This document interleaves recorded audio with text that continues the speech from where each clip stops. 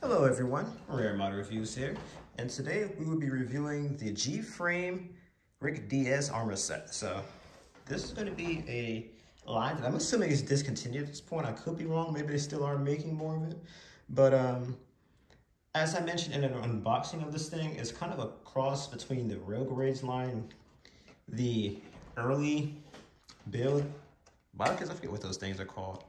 They're basically kind of like a beginner series of model kits, which are, again, good for beginners to help get you into what is gunpla. So this thing has some pre-assembled parts, mostly the armor that goes around it, whereas the frame itself you have to build, at least for the posable version of the frame. This thing has two frames in it.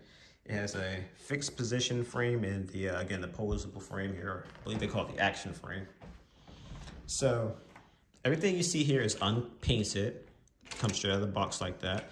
Only thing I actually painted on this thing itself is the eye here. If you guys can make that out. I colored in the eyes just to get a bit more of that black around it, because this thing was just a solid green. And I wanted to kind of detail that a little bit. But besides that, I didn't pan line it. Imagine you could, especially around these piping here. I don't believe those are lines, so you could make the piping on the arms there pop out a little bit if you were to pen align that. Besides, that's really it. So I think I'm really good on colors. Also, what I mentioned, the bodies and the feet are gray. So the coloring is not bad on this thing, I'll say that much. But we're gonna go ahead and get straight into the articulation. So with the articulation, the head can move side to side like so. Can move up and down a little bit, not much before it pops off. But one interesting about this thing, yeah, I wish oh, hold on, I didn't realize actually this thing can move forward and back, okay. One thing to note about this series of model kits, I'm gonna classify this as a model kit because you do have to build it.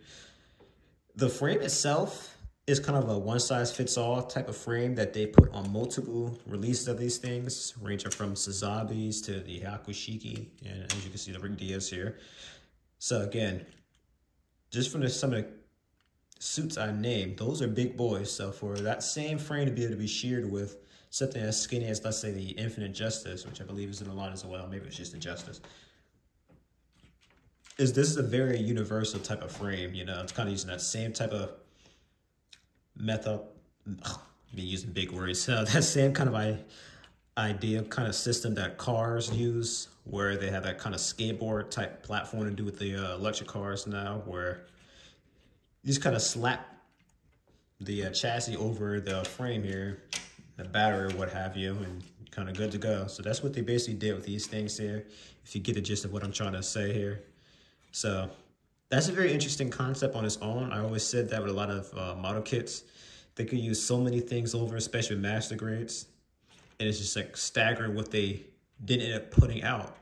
Like, for example, with the Zaku's, I don't believe they made a Hyaku, I'm sorry, not Hyaku Shige. I don't believe they made a Hyzak 2.0 out of the Zaku 2.0's frame, which they easily could have done. There's certain other kits where they show too much in a frame for it to work, you know, as that wouldn't quite be authentic. But with something like the Hyaku, oh, I keep saying Hyaku Shige. With something like the Hyzak, they could have easily been able to do something like that with the Zaku's amazing inner frame. So it's nice for Bandai to do something with that kind of system. And honestly, oh my gosh, I'm kind of freaking out. I just realized I'm pretty sure I have put these legs on backwards. This doesn't quite look right. All right, let me look at the box here. I'm sure that'll confirm it. And yep, I definitely put those legs on backwards. So that's a big hiccup on my part. But if I ever bring this thing back out, I'll flip these around, let you guys see properly how that's supposed to look. Now, one thing I can say is this thing actually is pretty good with seam lines. I'm pretty sure this thing is split from the side like this, but the way they did it was very nice, where everything's pretty flush to where you don't really see the seam lines. Now, one annoying thing I'm going to mention right now, I know I kind of took a break in the articulation to start talking some more, but what was I about to say? There were some parts that came in a bag. You would have seen if you guys see the unboxing that had the parts already layered on top of it, whereas in the instruction manuals, which I'll mention again later, they have you putting the parts over the frame. So it's very weird that they have that discrepancy in what you're building as opposed to what you get. So that was a bit of an annoyance, me having to take things apart, look back at the steps to even see how to do that, and then put it on the appropriate frame, because the fixed frame I'll honestly never use. There's actually something really funny and interesting to do with the fixed frame. Even they, I'm sure, know people are probably not going to use that one much. But going back into articulation here, the arms can move surprisingly forward like so. They have a bend below the elbow there. Now this is where things get disappointing. This is as much as the arm can move. And again, getting into the inner frame. The inner frame for this thing itself is actually pretty darn good. It's just the fact that they didn't quite take account into the actual mobile suit's armor itself. And as a result, a lot of stuff is hampered by it. For example, if they were to cut this piece out here in the arm, just a smidge up to around where that little angle you see there is, I imagine this thing will actually have a perfect bend, but because they didn't, this is as much as you're getting from the bend, so that's pretty disappointing. Ball joint wrist, of course, so you get a decent range of motion off of that. This thing can, of course, move 360, except the arm is in the way. Have the shoulder joint here that can move up. Now that's one thing. This thing does use a peg, so be careful with that. This looks like a break point for starters. And this thing also doesn't get in very well either. I want to say it's put in by a ball joint, but yeah. So this thing also can move up, by the way. So again, decent amount of articulation you get out of these arms, but again, it leaves something to be desired. These darn blasters are killing me. Like in by a hair. So you can move the waist about side to side here. Oh no, you get 360, never mind. Yeah, the side armor here moves up just a smidge. The front arm moves up just like so. They are individually articulated, so that's cool. Again, leg articulation, this thing is crazy. I even kind of messed up on the construction. I had to rebuild the thing just to get the articulation just right. And unfortunately, it did nothing for the articulation. This is still the most it can go. And again, that's because the armor. This thing had perfect leg articulation as well as arm articulation. Because it's big, bulky armor, it hinders the articulation, and this is the most you're getting out of this thing. So that's one thing. I know a lot of model kits, they try not to hamper the actual mobile suit itself's proportions and looks and all that, but in my opinion, there's always a way around that stuff, whether it's you doing some nice mechanic or just slightly scuffing the proportions just enough so, again, you get decent articulation. Because, again, this is really disappointing. This is the most this thing can move. So the feet here are very good, though. I can't say that much. This thing, get this suit right on its tippy toes thanks to the amazing articulation.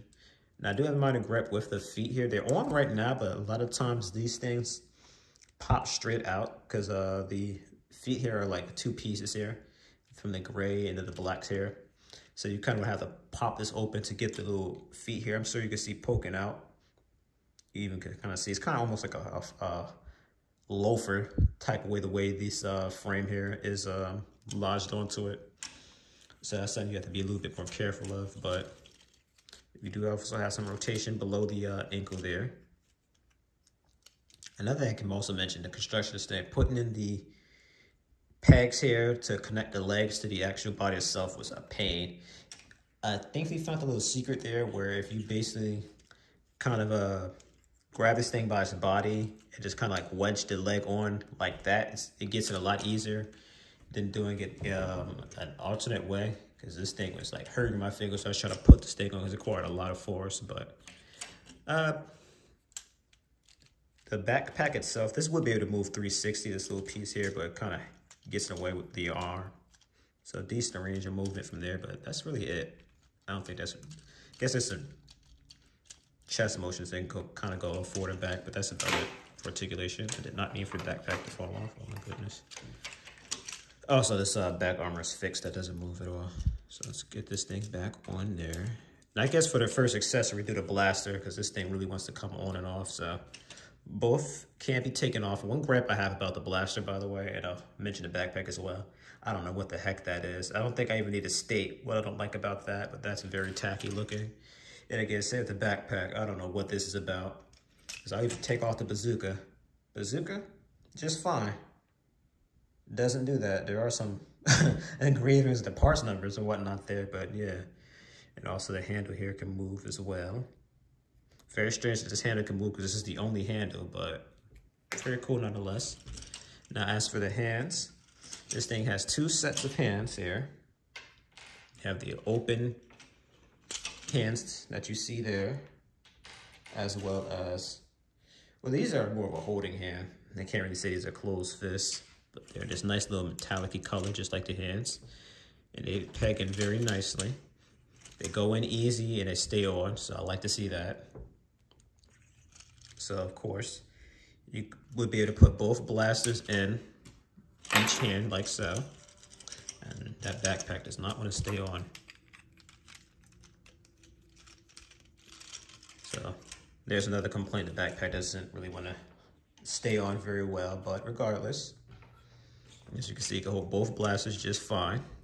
Come on and off very easily. And then of course the bazooka goes on just fine. Oop, that was the first, that piece coming out. And for those curious, of course, it can go on both hands. Maybe it only is supposed to go on the right hand. I don't know. That one doesn't quite come in as good, but it holds in good enough. So for the final accessory here, we have the beam saber. Now, one thing to note about this beam saber, this came in molded all in black. I kind of shoddily painted it yellow. I meant to clean this up a little bit before the review, but I had to get this thing painted because I couldn't stomach having an all black beam saber on my review. So you can see this thing in all this black unpainted glory in the unboxing if you haven't seen it already. So one thing I can't praise about this thing is the accessories. This thing has everything the Rick Diaz should. The only thing it's missing is the Vulcans that pop up from the head, but that's something that you expect to see out of Master Grade, so I'm not going to fault this thing for not having that. But that's it. Oh, I also want to mention you can have the beam saber on the back here. You can take that out like so. What's supposed to pop out. So if that bothers you that he's holding a beam saber, even though it's on his back, you can't take that off there like so. Although I would have loved if this thing would be able to slide out of this tab here, the beam saber, but I guess that would have required this thing having a actual beam you put in here. And by the way, intrograde. That's what I meant to say earlier. This series is like the intrograde. I'm sorry, it just finally popped up my head. I had to correct myself before someone does in the comments. But yeah, so we are going to go ahead. Oh, also forgot to mention this can peg on either side, by the way. So if you wanted it, let's say on the left side as opposed to the right, you can't do that. But moving on. This thing has one more accessory I wanted to show off, and then I'll do one size comparison and give you guys my verdict for this thing. So, as I mentioned before, this thing comes with two different accessories. I'm sorry, frames. You have the fixed frame and the not fixed frame, or articulated frame, I believe it's called. Gee, she was wrong. So one funny thing to do with the fixed frame here is they have this little action-based adapter piece here that you put over the fixed frame here. You kind of jerry-rig it to a stand, which looks very strange and awkward, I know. Like, let me actually get you guys a better look at this thing, so you can see how funny this looks. They literally had you just kind of cram everything into one and work it as a frame. So there's a hole in the bottom of this guy here. So you'd be able to just kind of line that thing up with the hole, and you can get them airborne here. So again, like I said on some of my other unboxings and videos and whatnot, to unlock the full potential of a model kit, you need an action base. You're just not scratching the surface of what this thing can do when you're forced to only be on land. So this very much fixes that handily and no problem. So I'm also going to show off this thing, the fixed frame. So to do that, of course, you just take off that little stand there. You unpeg the legs there. Oop. Hang on. All right. So you then put the feet on this thing here. So for the heck of it, I'll take the head off for a spell. I believe this is the front. I'll even put the hands on.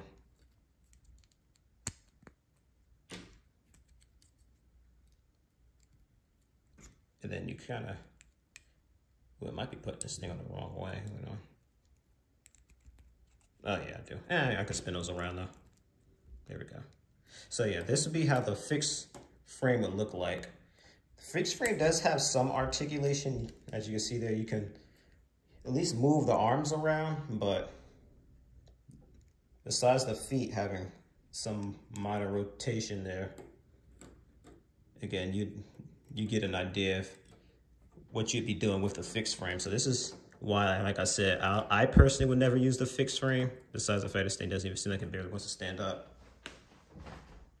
I prefer to be able to articulate this thing. I don't like it just being in a little generic standing pose. So I never have this thing in the fixed frame. I stick to this thing being a very awkward looking action base. So I, of course, will convert that thing back to action base form later, but I'm going to end this thing off with a size comparison, the only thing worth comparing it to, and that would be a high grade. So I can already tell you right now, judging by the size of this thing, the Gem Hair Slager type, I'll mention, is a standard size mobile suit. This thing stands at about 18 to 19 meters. So the fact that he is towering over the Rick Diaz tells me that this is not 1 to 144 scale. So this is probably a little smaller. So this thing does not quite stack up to the high grade size at all. I'm sure the Rick Diaz would probably be bigger than the standard Gem. But that's about it, really. I'll end this thing by me giving a verdict. So the verdict with this thing, I'd recommend it, but only to a beginner. Again, this thing is very similar to the entry grade line that Bandai has. So for someone who's new into Gundam, or at least Gunpla, this is where I'd say you'd want to start.